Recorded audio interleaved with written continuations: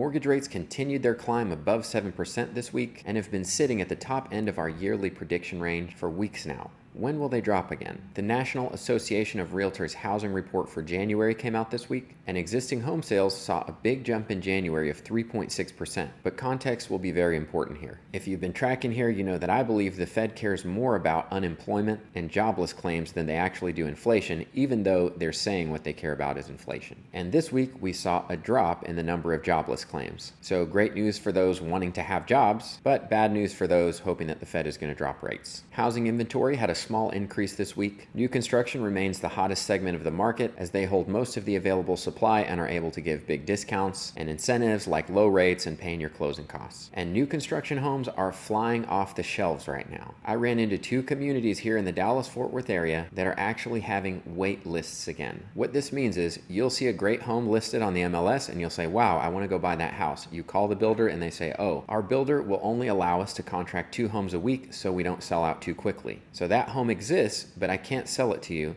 as well as there are already 5 people on the wait list for that house. So 2 weeks from now, when I'm allowed to sell my next house, I'm going to start calling everyone on this list in order, and one of them is going to buy it. That's what a wait list is like. So you may be seeing homes online that you think you could go buy and you like, and they may already have a wait list. And it's still only February. We're covering all of this and more in today's weekly update. My name is Michael. I'm a real estate agent here in the Dallas area, and every Monday I give you a weekly update covering all of Dallas and Collin counties, as well as the national real estate market. We're looking for trends. We're tracking mortgage rates as well as mortgage purchase applications, as that's our best leading indicator to what demand will look like 30 to 90 days from now. We're looking at median list price, days on market, how many homes are having price decreases, what's inventory like, and if you stick around until the end, it's my favorite part. It's the top 10 ranked hottest and coolest cities and zip codes in all of Dallas and Collin counties. If this sounds like something you're into, make sure and hit the subscribe button. And if you're looking to buy or sell in the Dallas area, whether it's next week or next year, I'd love to connect. I've helped every one of these yellow dots find their little piece of Texas, and I'd love to help you too. Just call, text, or shoot me an email. All that is in the description below. Okay, today is February 26th. Let's see what the data is telling us. And if this is an old video, you can click the playlist here and it'll take you to the latest weekly market update. First up is market news. The National Association of Realtors January report came out last week. Let's look at some of the highlights. Median existing home sales prices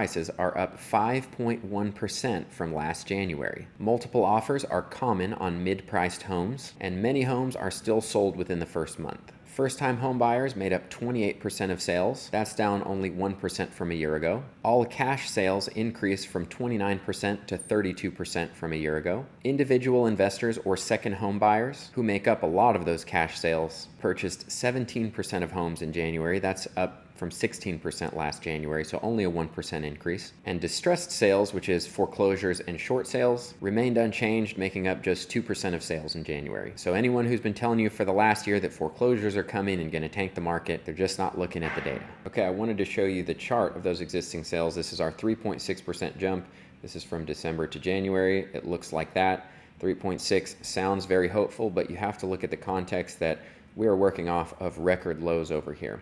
And then I also want to show you what happened last year from January to February. What happened was in January last year, rates got as low as 5.99%. And look what the result was for the closings in February. This massive jump. Look how big that is.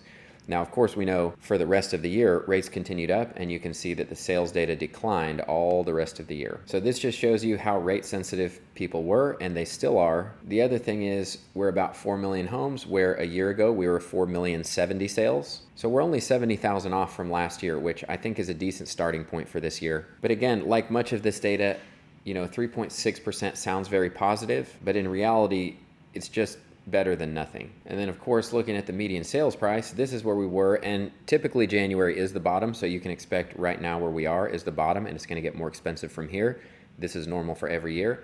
But look, down here we were at 360,800, and we are now at 379,100. So you can see it represented in the chart. It's a big jump from January to January, even though rates got as high as 8%, and they're still over 7% currently. Now, regarding mortgage purchase applications, this week we actually saw an 11% decrease in the number of people applying for mortgages. So after 8 straight weeks of positive growth, as rates were dropping down as low as 6.6%, we've now had 4 weeks of negative growth as rates have been climbing up to last week's 7.16%. So obviously, this is just showing people are still very rate sensitive. As rates are dropping, a lot more people apply. As they climb, a lot less people apply. So this whole market, just like the last 2 years, everything is going to depend on where rates are this week. Okay, before we move on to the local markets, 2 things. Number 1, I'm now doing a weekly online home buying webinar. This is for anyone who's considering buying a home in 2024 in the Dallas-Fort Worth area. If that's you, you can click the link in the description below and sign up, or you can watch an instant replay. Number 2, I've developed a max affordability calculator that will very quickly and easily get you into the ballpark of how much home you should be looking at based on current rates as well as your personal financial situation. It will give you several options to choose from, and it takes into account everything all the way down to your tax bracket. So if you're interested in that, you can watch this video next and it'll show you how to use the calculator. It's free to use, so please take advantage of it.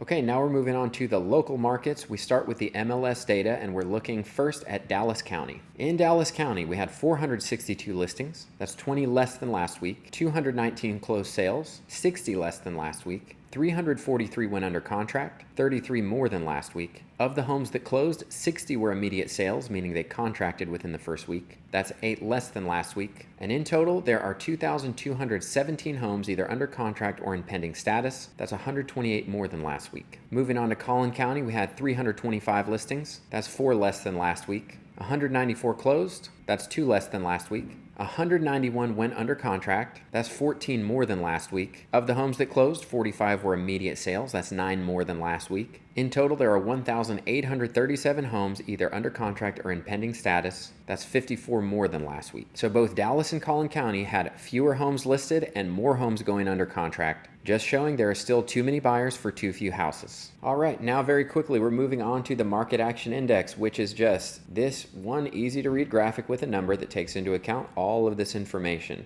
And anything a 30 or below would be a buyer's market. We're currently at a 43. We've been there a while. That's just a slight seller's advantage. Anything 30 or above, we're asking how much of a seller's market are we in. But basically, all it's showing us here is that everything is totally normal. No significant moves here. We have been just holding steady around this median list price. Average days on market, median days on market. See, this is just 49 to 56 to 49. This is just a range. Everything is holding in its range, even the number of price decreases, very slowly moving. So there's literally nothing to see here. Everything looks totally normal. Let's look at Collin County. It's a pretty similar story. You can see we just have a range here that we're holding in pretty much across the board on everything. The only one I highlight every week for Collin County, because it has a lot of new construction, is that once again, 9% of homes had a price increase this week. Now, that's all going to be new construction homes, but you have to think, how many new construction homes are having a price increase if it means 9% of the total market had a price increase? So it's a large amount of the new construction having price increases, way more than 9%.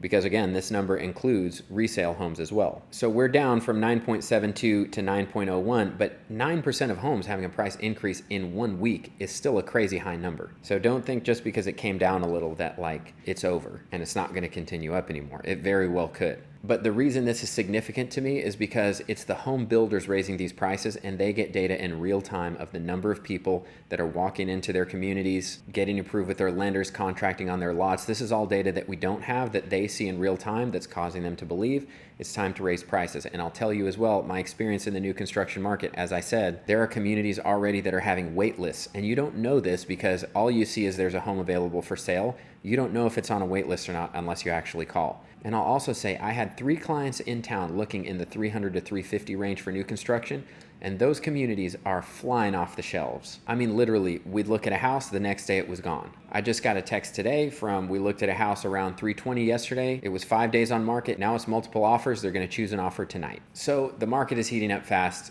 That's all I'm trying to tell you. Okay, now we're moving on to the top 10 ranked hottest and coolest cities and zip codes, and we rank these using that same market action index number. Remember, 30 or below is a buyer's market. Anything above that, how much of a seller's market are we in? You can see the number 1 hottest city is almost to a 60, so that is way hotter than the rest of the market, which on average was a 43. Okay, starting with the absolute hottest cities. Number 1 remains Louisville, Carrollton, and Coppell. Those held the top 3 spots. They didn't move. Grapevine heats up 2. Plano cools off 1. Allen heats up 2. Richardson cools off 1, Sachse cools off 1, Garland remains, and Irving jumps on the number 10 spot, knocking off Duncanville.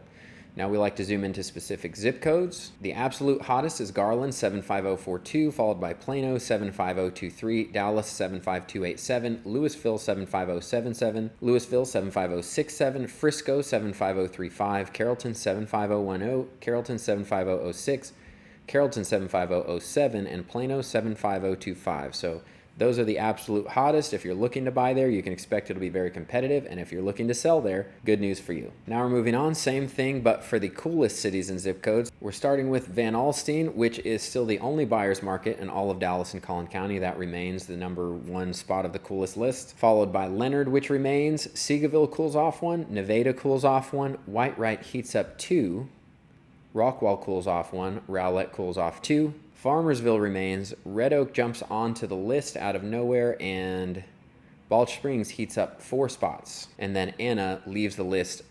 It was at the hottest spot last week, now it jumped off. Zooming into the coolest zip codes, if you might be looking for a deal, the absolute coolest is Dallas, 75246, followed by Van Alstyne, 75495, Leonard, 75452, Dallas 75204, Seagoville 75159, Nevada 75173, Whitewright 75491, Dallas 75223, Dallas 75203, and Dallas 75212.